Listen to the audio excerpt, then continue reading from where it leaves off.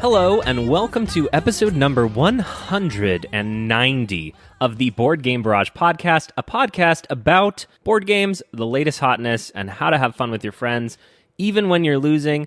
I am Kellen the Red Tank. Indeed. I was trying to come up with a way to not introduce you guys, just move on. Did it successfully. There's the talent and then move on, Yeah. I'm joined today by my friends Mark and Neelan. Hello. Hey. We have spent a lot of time together these past few days at Strategicon playing board games. So if it's extra spicy, you know why. We are tired of each other, I would say. Speaking of extra spicy, a little quick story about what just happened to me. I just got home from doing a little bit of grocery shopping, and it's been super, super hot here. And so I was taking out a 12-pack of soda, and I think the adhesive at the end melted of the little carton. And I took it out of the car, and half of them dropped on the ground, and like comedy movie style sprayed directly at me, just like hit the ground and like showered me in cola in front of neighbors who like a minute after came over and asked me if I was having a cola party, which was a great joke. So I'm like 3% cola at the moment. I'm like drenched in it. The way you said soda, I assumed that it was adult soda. Why is that? Because you said, I got a 12-pack of soda. Oh, no. This was legit soda. Legit soda. Today's feature topic is on a little thing I noticed while we were playing games all weekend long. And that is the question, why is the game like this? Why is that mechanism like that? We love to discuss these things while we're playing the games, and what I realized is, oh wait, do the people around me like to discuss this? I don't know, but they're subjected to me talking about it quite a lot. And then I thought, hey, wait a minute, this is like being in the movies and talking about decisions about why they're making shots or why they shot something in this location literally during the movie, and that's probably annoying. But before we talk about that, let us talk about some of the games that we have been playing. Mark is going to take us through Divinity Derby. I am going to take us to Mexica, and Neelan will take us to Strasbourg. Kellen, it's pronounced Mexico. Is it? No, the game isn't. Oh, I was legit like, I've never heard of Mexica, and so I'm like, I am sure I'm doing something wrong here. No, I think you're right. Is it an old way to say Mexico? I have no idea. Well, the then joke why are you was doing way this funnier to if me? you hadn't analyzed it and torn it to bits. Okay, but who can say Teotihuacan better, me or you? Teotihuacan. It's Teotihuacan when I went there. You.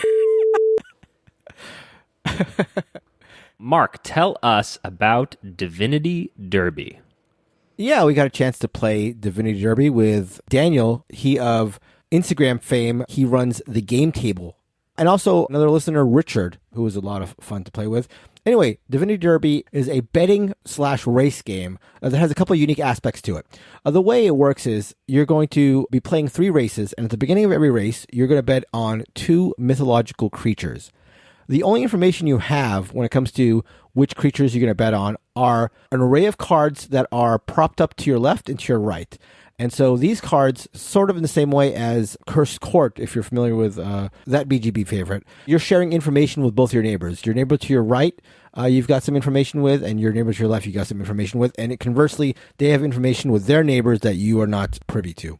This does make for a hilarious setup moment that if you play Divinity Derby, you should absolutely use, which is don't tell people that that's the case, and then you put out these card holders like between each set of players, and then when players go, oh, is this mine? You go, no, that's shared information. Which I have done every single time I've set this game up, incidentally. It literally got me. Mark got me.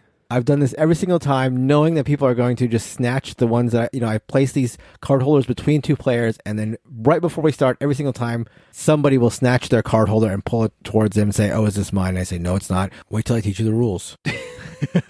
Works every time. That's right. You just do the same trick on everyone? I've literally done it every single time I've taught this. Oh my gosh. It's wonderful.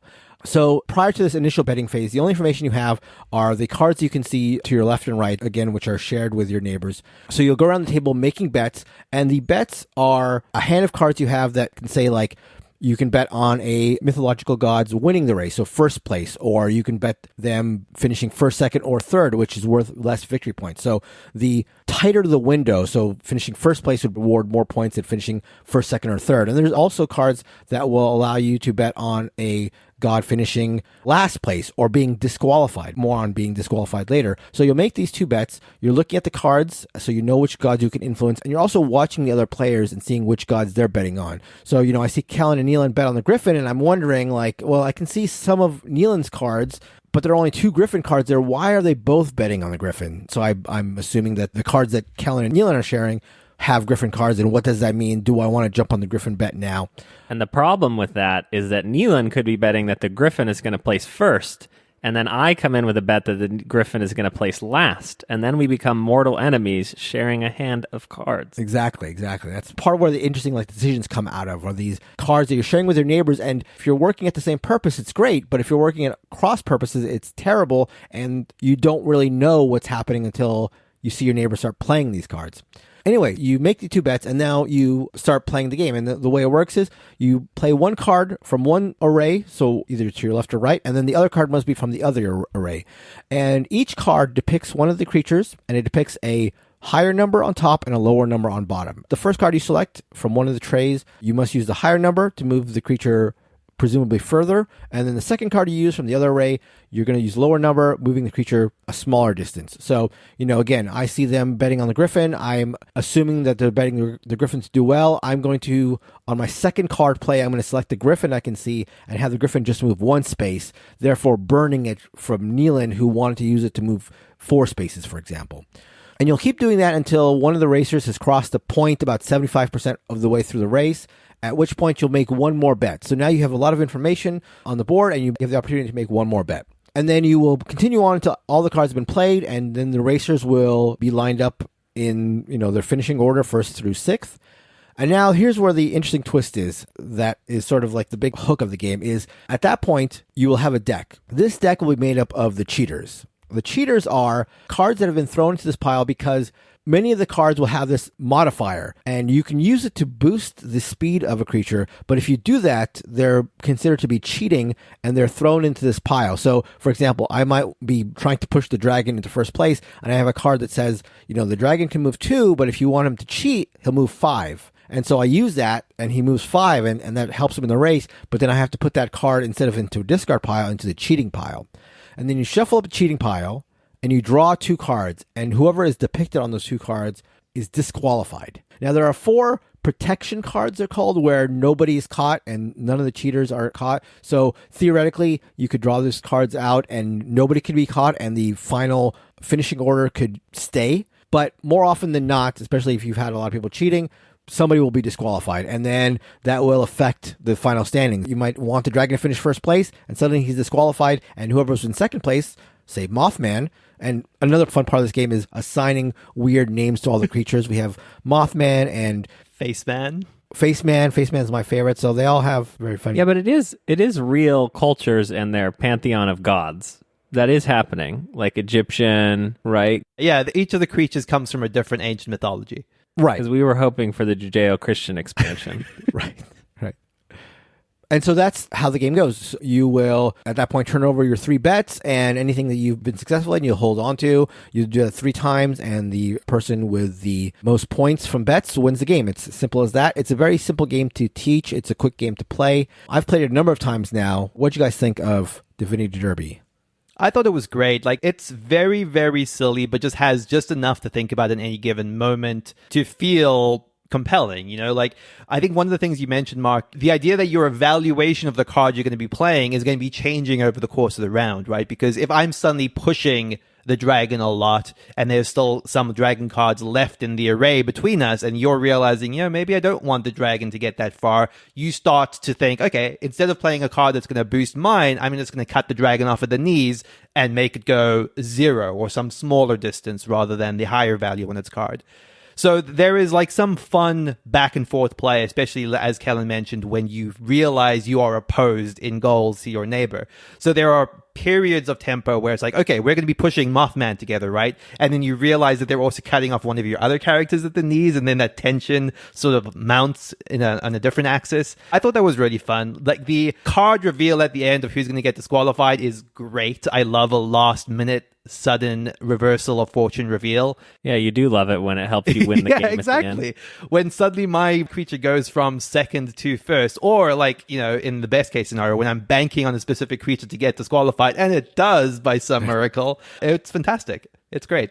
It is this weird amalgamation, right, of Curse Court / between two cities combined with Downforce and Camel Up in this combination that is quite compelling. I enjoyed this a lot. I think there's more nuance to it than you first expect. About midway through the game, I was sitting there going, why do I hate Daniel so much? Like, why do I hate Daniel so much?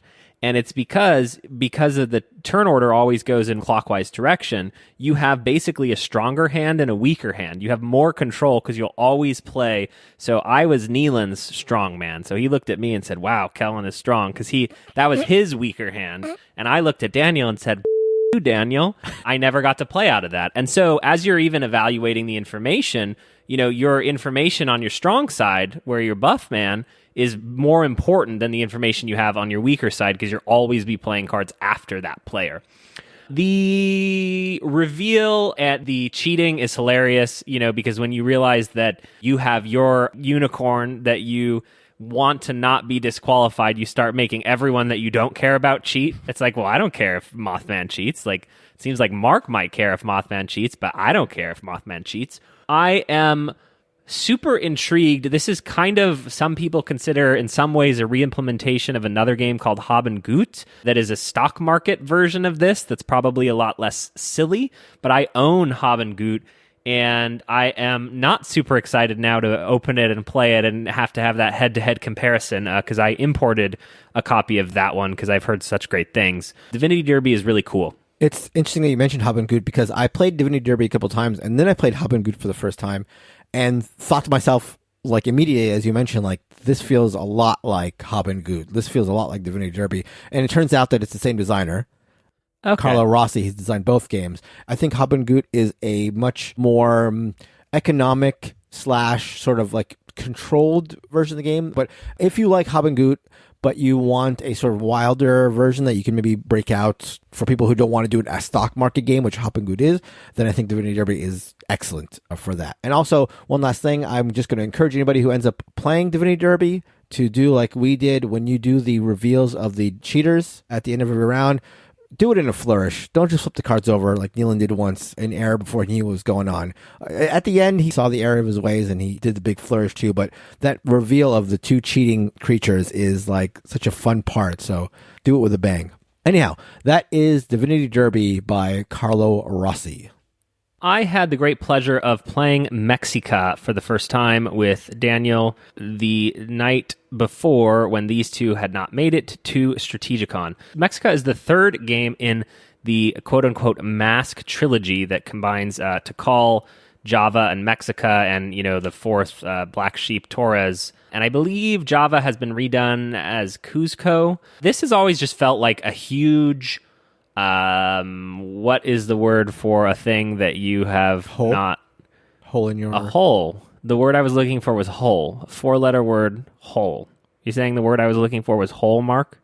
Yeah, hole in your knowledge. You think I'm a all right, well, what's the word then? Gaping hole? The entire Mask trilogy, I believe, features area control, shorter play times, and really cool components, and comes from kind of an older era of the early 2000s.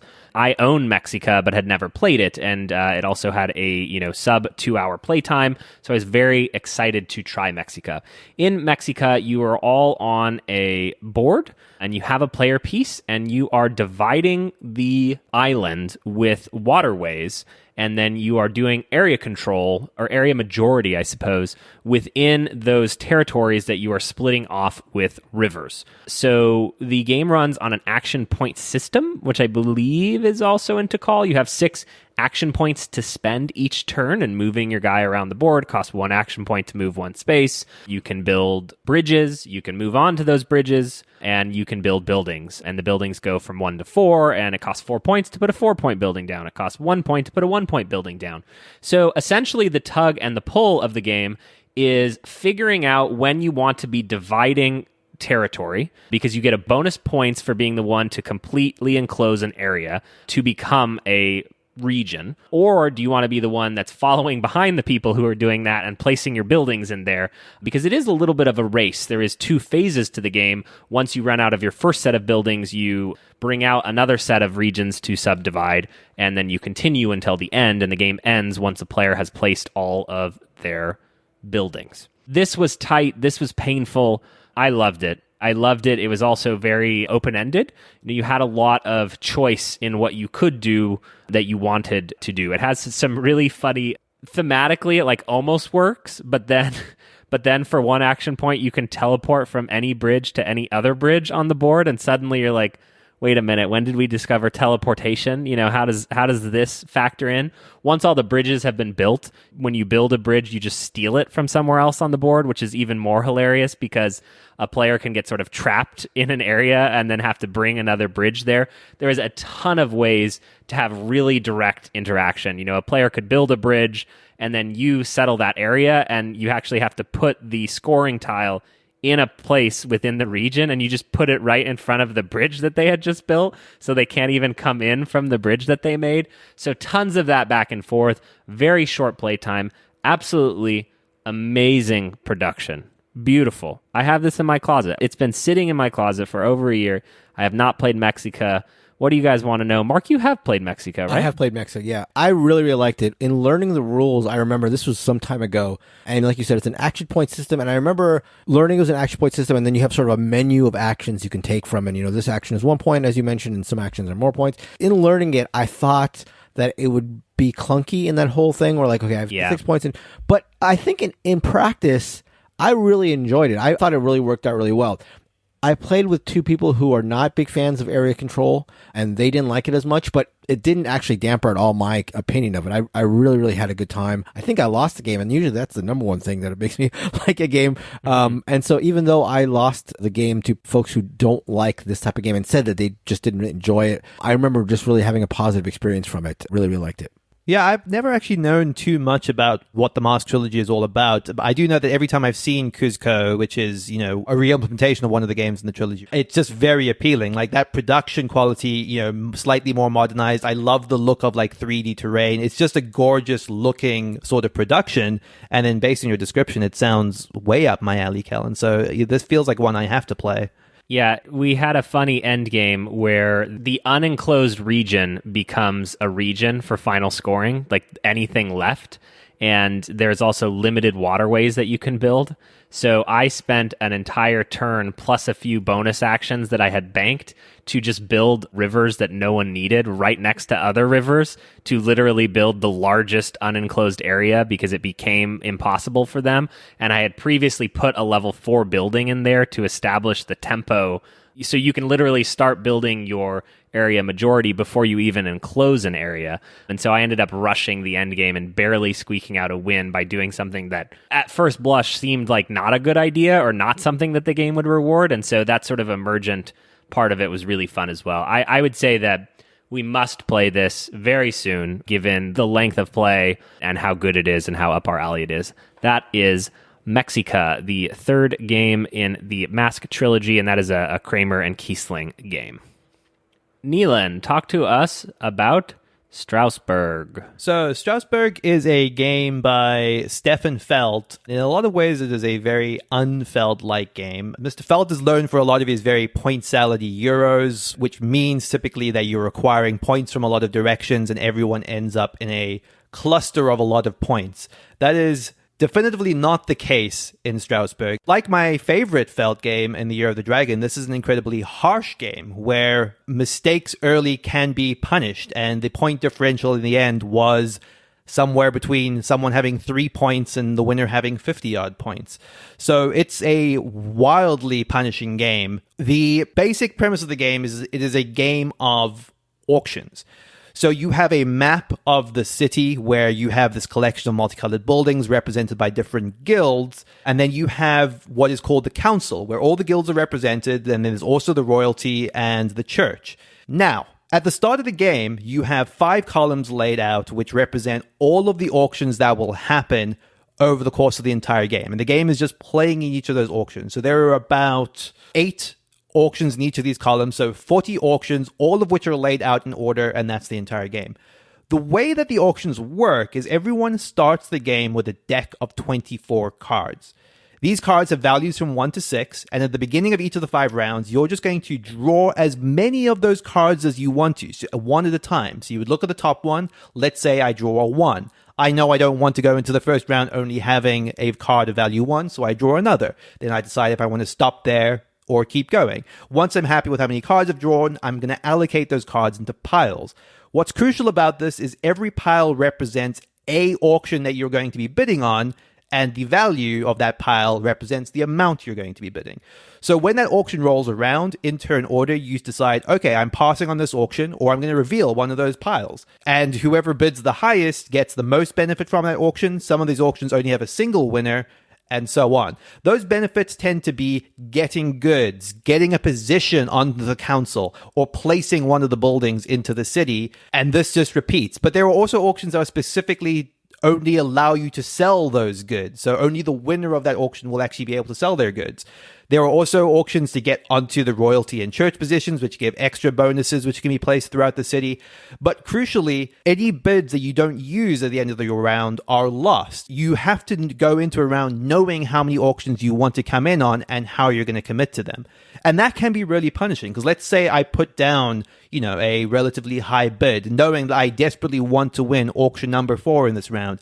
I reveal that bid, and if it's not good enough to get what I want from it, I've just lost that high value bid. And that could be a substantial portion of the value in my deck, which crucially does not replenish. Any cards you spend are lost. You only have these 24 cards for the entire game. So using them wisely and knowing when to use them is everything in Strasbourg.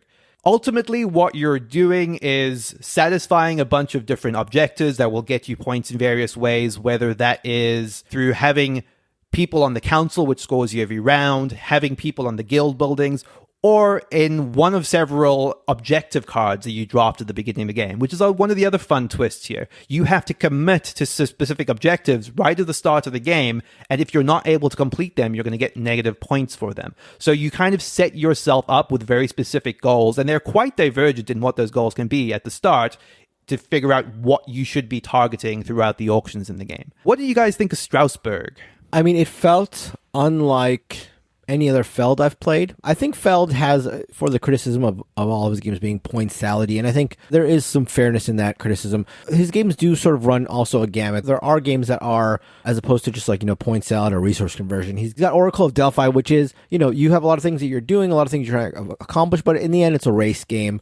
This, again, doesn't feel like any other Feld. I liked it. I don't know where it falls in my Feld scale, and again, for a very fleshed out Feld scale, go to our Discord and speak to the aforementioned Daniel, because he has a running Feld tier system where he has all the Felds ranked. Was it 29 of 31? Yeah, I think so. That's correct. Yeah. Something like that. Which is crazy. And so I think for me, this is probably in the upper half. I don't think it's necessarily one of my favorites, but it was very interesting. It has a lot of things that I like, which is sort of like trying to identify what your strategy could be. I think this game, while it is certainly tactical because you're trying to figure out round to round how much of your sort of bidding capital you want to use, it's also, I think, strategic because you need to know which spots you're going to pick. You need to know, like, okay, I'm looking at the auctions that are going, and I need to be the king of the beer hall in the first auction and in the fourth and fifth auction. So maybe I start strong and then I save my resources for a big push at the end. There is definitely a strategic side to it that I really enjoyed,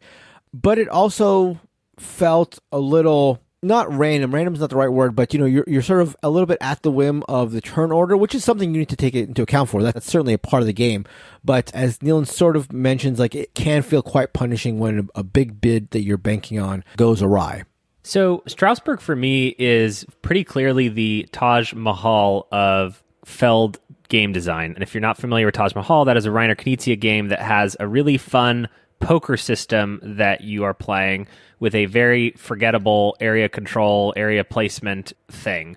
And that's not a knock. Taj Mahal is in my top 50 games of all time. Here, there is this gem of a push your luck auction system. The concept of having to like outline your bids before the auction starts is hysterical. I found myself going, okay, I'm going to put a 2, and then I'm going to have a 4 and a 9. And I'm going to cover the gamut no matter what happens. Like, I'm going to be ready to go. And then you just have to hope that when it gets to you that your 2, your 4, or your 9 could help you. I think the auction, it sounds harsher than it is. It is very harsh. But in the auction, you can get something for being second and you can get something for being third. And so I loved sneaking in with a 1-card 2 to get the third place in one of these auctions and be like, yeah, I got the value out of that. But the ability to commit all of your cards if you wanted to in the first phase of 5 is so unlike modern game design at all. It sort of reminded me in a way as well of El Grande, where you have that hand of cards, and if you want, you can use all your strong ones at the beginning. You're just going to be severely weakened at the end. And so what happened in Strasbourg for me is that I overcommitted in the first few phases, and I knew, and I started asking players, how many cards do you have left? How many cards do you have left? Because we got to the end, and 2 players had significantly more cards than me going into the last phase and being ready for that auction. I found the auction delightful, inventive, unique. I found basically everything else entirely forgettable and perhaps even dumb. But I was looking at prices for Strasbourg before we recorded the episode. I think it is just long enough. It is very good. It's very interesting. If you have never tried this would be an amazing game to try at a convention because it will definitely feel unlike anything you have played. Really, really enjoyed this one. One of the things I love about that reveal, because you're setting up your little piles behind a shield and then you pull the shield away to reveal your bids, is, there's a couple of little things that happen. You look around the table and you'll be like, oh, Kellen's going in 4 different bids in this round, and Kellen has 3 double piles and 1 triple pile, but you don't know what that means. You could set up a pile of 2 1s to trick people into thinking you have a big bid there. This is the Neil strategy. which is a fun little play to do. And sometimes you don't do it intentionally, but depending on the cards you've drawn for that round, there's okay, what are the fun things I can do with this hand? How can I arrange this hand of cards to get the most out of it, whether that's 2 big bids or 3 small bids or so on. I like that aspect of it a lot. I have to be honest, my reaction to this game changed dramatically over the course of it. I think I exclaimed out loud in round 1 or 2 that I hated the game, and that wasn't inaccurate at the time because I was the victim of, man, I thought that these bids were surefire bids and they did not pay off.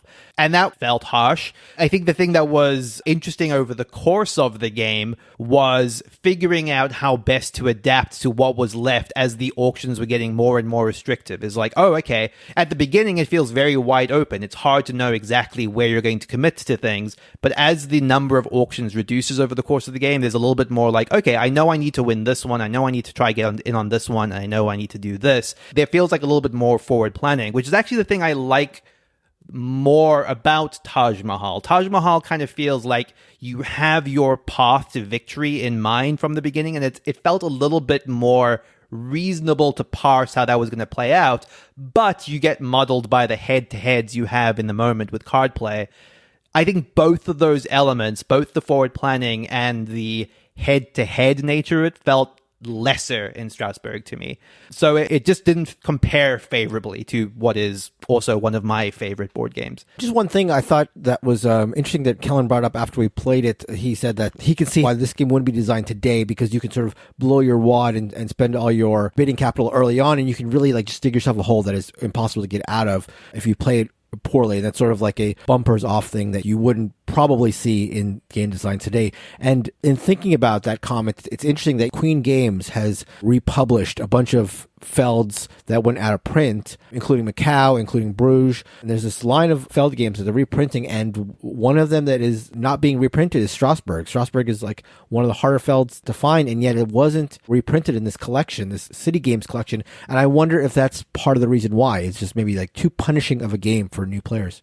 Well, it's like the people who dislike auction games where you lose your bid if you don't win the auction, right? Like there's that contingent of people. This is like that, but times 5. So if you hate playing auction games where you don't get your 7 back when someone bids 8, you will not like Strasbourg because it's just even more harsh. But that's what's unique about it. That is Strasbourg by Stefan Feld.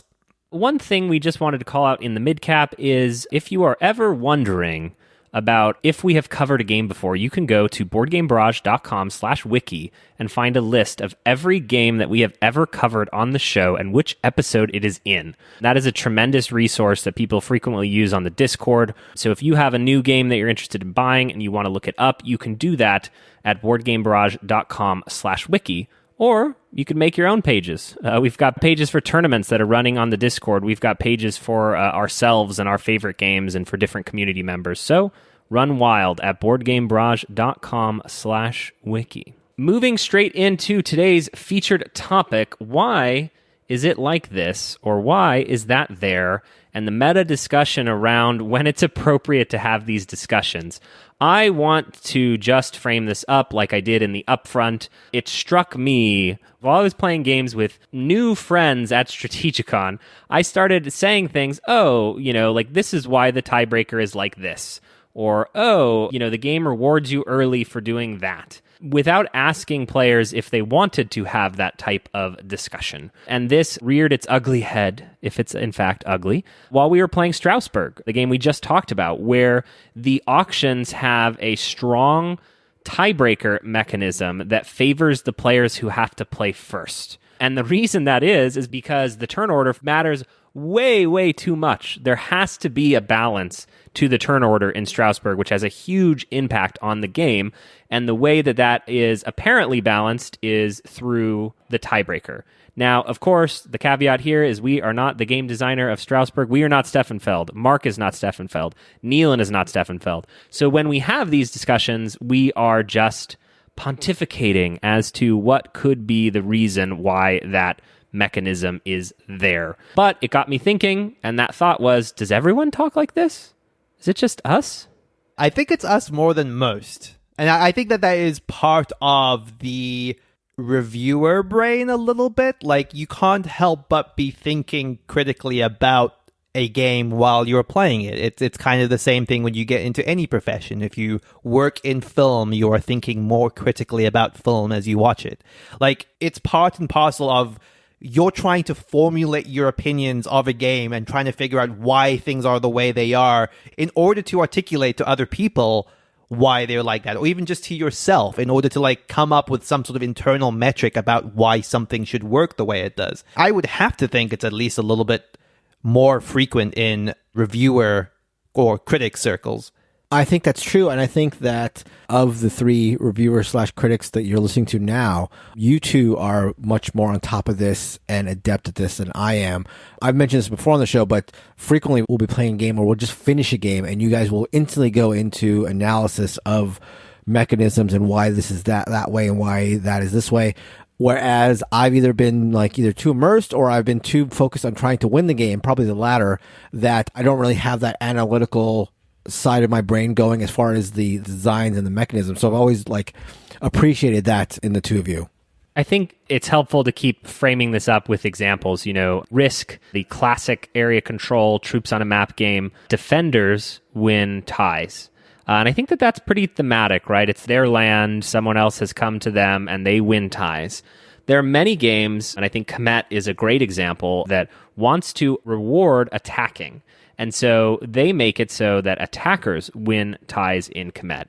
And that is done again, TBD, asterisk, we don't know. That is done entirely to reward and encourage people to attack each other. The reason that Kemet does that is to promote a offensive-oriented game. But is that something that you talk about? There are people who are very averse to strategy discussions at all, and they might even consider something like, hey, it's important to attack people in Kemet to be some kind of offensive declaration that's too strategic of a table talk discussion. My gut says that you're right about that. I think a lot of Kemet's design is very attacker forward. It does seem like a lot of the intent is to have mobility happening on the map constantly, to have people not able to turtle in remote territory. Everything is reasonably close. You can teleport things straight into attacks. And like you said, attacks are rewarded by victory points. So there is generally across the board that does feel to be the idea is hey, you're not at a disadvantage if you attack. You need to attack to win.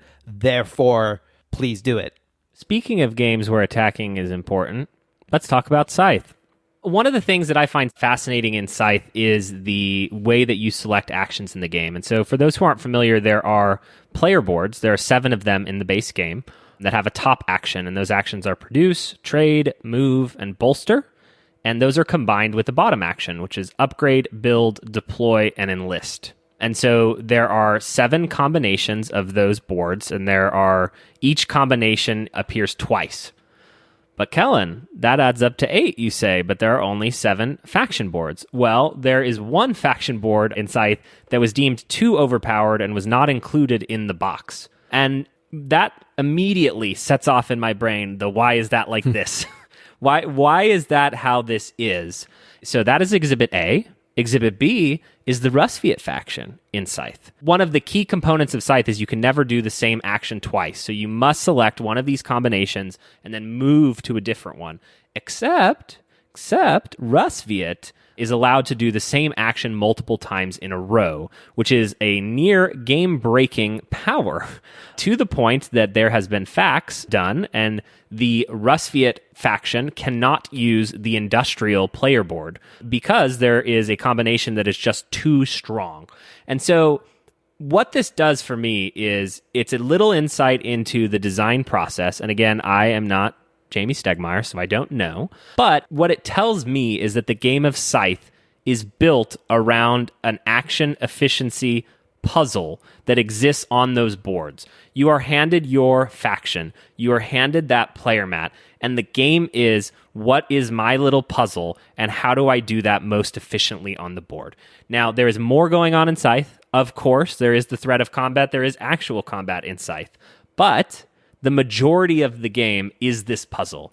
And again, I know people frequently will say, well, Kellen, you just mock Scythe all the time. This is actually not that. I think it is fascinating to peek behind the curtain a little bit and look at what made that 8th player board not able to be used in the game. What did it break? What combination is it? Is it the move and deploy would have been on that 8th player board? And I'll bet you that's part of, or a big part of, what is perhaps overpowered in Scythe, and then combined with Rusviet may even be further overpowered. I think what's interesting about this as well, and this is also something that we've spoken about, which definitely is part and parcel with this topic, is the analysis that has to go into determining that, right? Okay, how many turns can this combination win in? And that's part of a designer's role, is to sort of work through all the possibilities and figure out where a specific combination gets too overpowered. But one of the things that's actually interesting, I believe there's actually another, I forget which board it is, but I think there's a Crimea combination that's also since been banned. So the idea is that at some point players have found a too perfect combination that also warrants this sort of errata. And I'm with you that I don't think it's optimal that this should be the case, but I'm fascinated by the idea that these hidden combinations exist and will reveal themselves over time. And it's part of your role as a designer, as a playtester, as a balancer, to figure out how to respond to those. And to be fair, I think Scythe is balanced masterfully. I think that this is the brilliance of the game.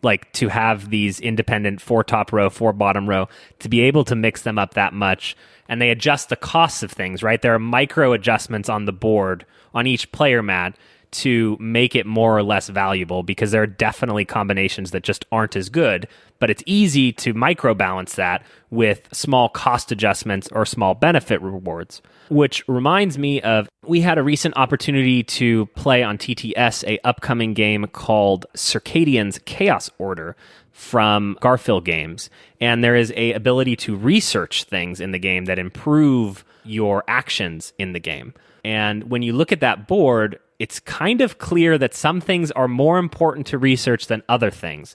But how they balance that is by putting a bunch of bonuses of a bunch of different currencies on the weaker tracks of that board. And so when you go to research, you can kind of say, do I want the bigger reward now, even though this is probably a lesser ability that I need to upgrade? And, I don't know a whole lot about the balance of Circadian Chaos Order because there's tons of asymmetric factions in the game. But when I start playing the game, I immediately go, why is that like this? And we immediately start talking about it. Oh, the reason that this benefit is right there is probably because of X, Y, or Z. A designer that does a lot of this has a lot of little tweaks that you wonder why it's in there, and then upon thinking of it, you can sort of see it, is one that we covered on one of our designer series a couple episodes ago, Martin Wallace. I got a chance to teach these guys Tinner's Trail this weekend, and Kellen, unsurprisingly, made the comment, he picked this out. He was wondering why, when it comes to pricing the resources that you're mining and selling, in the first round, the roll that you make to assign the values of the resources is given a +1 modifier. Therefore, it's more likely in the first round that your resources are going to be worth more. And then in the final round, they're assigned an automatic -1 modifier, therefore making it more likely that the resources are going to pay off less in the final round. And he was wondering about why that was. And I'll let Kellen say why he thinks that was the case. But it seems like at least one part is, you have the +1 modifier early because you're sort of building infrastructure, and it's a way to have more money early in the game. It's not money that you can spend initially because you don't spend the money that you get in the first round on the infrastructure of the first round, but it's a way to inject more money into the game early on. What's interesting in the case of Wallace as well is we know that Wallace likes to design thematically. So the idea that the resources are decreasing in value over time as they're getting more and more mined does have a nice little thematic tie-in as well. And who knows with Wallace what idea came first.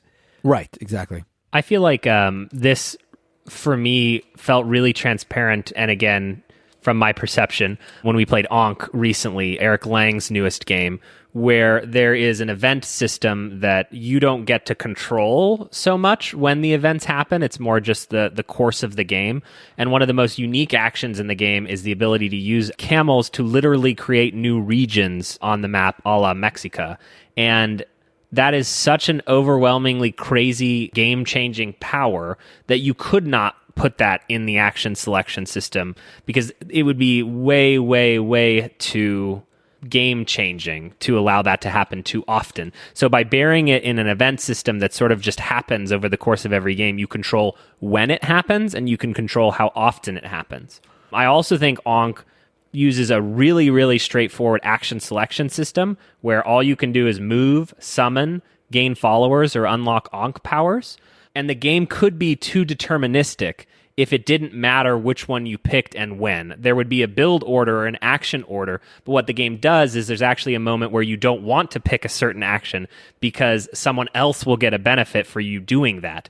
And so the brilliance of simplifying those actions means you have to attach something else to it in order to prevent stagnation and build orders of saying, okay, the first thing you do is move, then you summon, then you move again. And so I think through micro balancing and playtesting, you end up with these systems that are really, really clever in what they're hiding from you. Hopping back to Wallace real quick, his latest game, Rocketmen, has this interesting thing where, it's a deck builder with a little push your luck, and what you're doing is you're amassing resources in an effort to launch these missions. And whereas I think in a normal push your luck game, whenever you would launch your mission or do the event that pushes your luck, you would just push your luck, and then you would either succeed or fail or stop whenever you wanted to. But with Rocketman, there's this thing where you can choose to abort the mission whenever you want and take a minor penalty. When I was first learning the game, it struck me as a weird thing. You don't see that in push your luck games. It's sort of like not quite stopping, but not quite busting. There's this thing where like I'm going to sort of withdraw now and take a little bit of a penalty, but then I'm going to push my luck later. And it seems to be a way where, you're not heavily penalized, because if you fail a mission, it can be quite painful. But there's this mitigating factor that I think is unique for push your luck games that Wall sort of incorporates in Rocketmen. And not to harp on this, but again, what a beautiful thematic thing, right? Like, okay, we can go this far and we can recover our rocket, but if we push it this much further, that thing's exploding. And right. It's perfect. Yeah.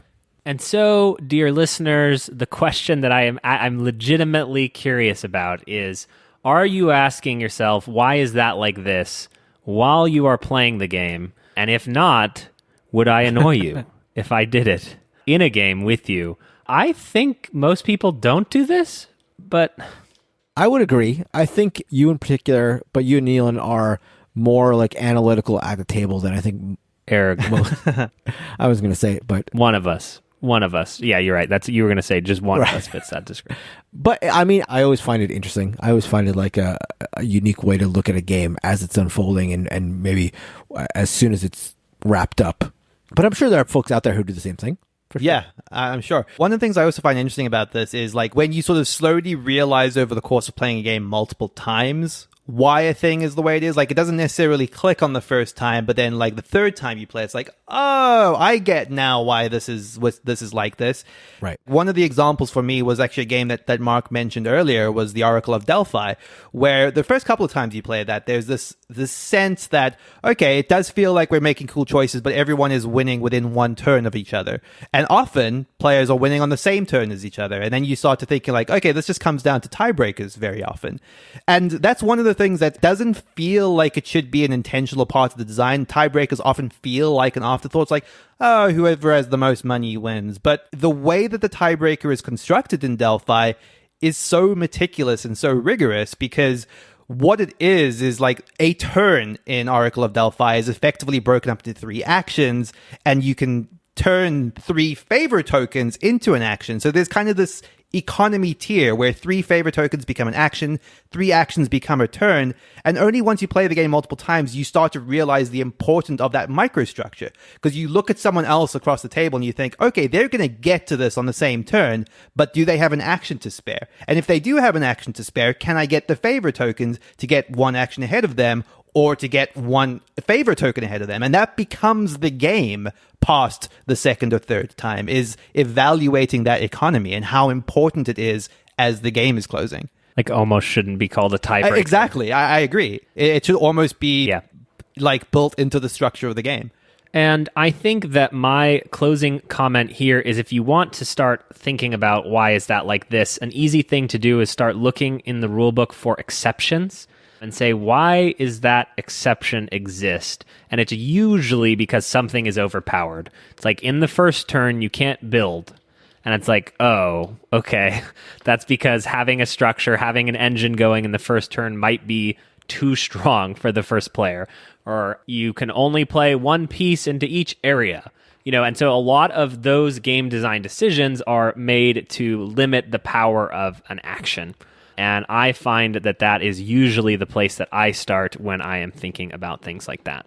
Any final thoughts from Nealon and Mark on why is that like this? My concern here is that we're just going to get called out as being weird. I don't think so. You know what I mean? I want to be normal. I hope not. I hope that people appreciate that we're thinking about this sort of thing. And I hope that the people that do think about this sort of thing and are having these discussions with their friends realize that they have some kindred spirits in us, at least. I'm looking forward to hearing more instances that listeners have of these like rules that they've realized after the fact, or maybe during the gameplay, and why they were sort of implemented. Yeah. We don't want to ask the designers. We'd never do that on the Board Game Broad Why get podcast. the facts when you can just speculate? Exactly. Thank you so much for listening to episode number 190 of the Board Game Barrage podcast. You can find us on all forms of social media. You can find us on Twitter at BRD Game Barrage. You can find us on Instagram at Board Game Barrage. You can bother us in Discord and chat with us and tell us how annoying it would be to play games with us when we say, why is that like this? At BoardGameBarrage.com/Discord. Thank you to Heart Society Music for their song, What's on Your Mind, Kid, from their album, Wake the Queens. Thank you to our patrons who keep the show running, keep the lights on, keep the mics hot. Thank you, good evening, and good night. Bye. Bye-bye. I'm high. I'm ready. I want you to save me from myself, baby. Know what it is. Yeah. But Yeah. We clapping? Yeah. 3, 2, 1. A little bit of a delay there. it's perfect on my end. Mark's synapses. Take a little bit longer to fire. Yeah, that's right. Are we good? I think I think we're good. Wow. Hello and welcome to episode number 1. In order to articulate to other people.